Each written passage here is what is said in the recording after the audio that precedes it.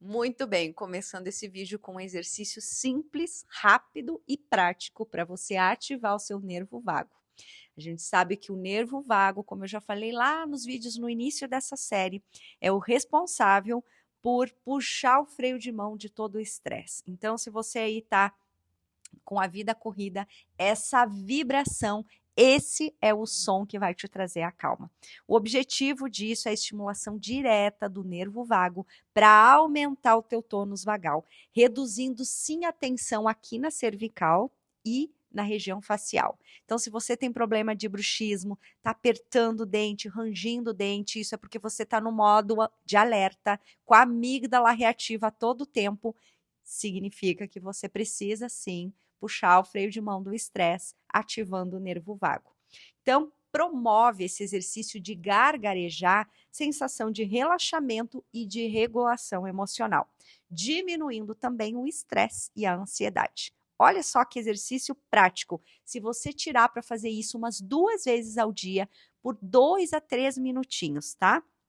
Quando a gente regula o corpo, trabalha o corpo, a gente também ajuda a regular a questão da mente. Então, você pode fazer isso sentado, pode fazer isso em pé, com um pouquinho de água ali na boca, inclinar a cabeça levemente para trás e emitir som. E sentir essa vibração na garganta, mantendo ali uns 10 a 20 segundos, parando, e você pode repetir esse ciclo no seu ritmo, por 2 a 3 minutinhos, tá?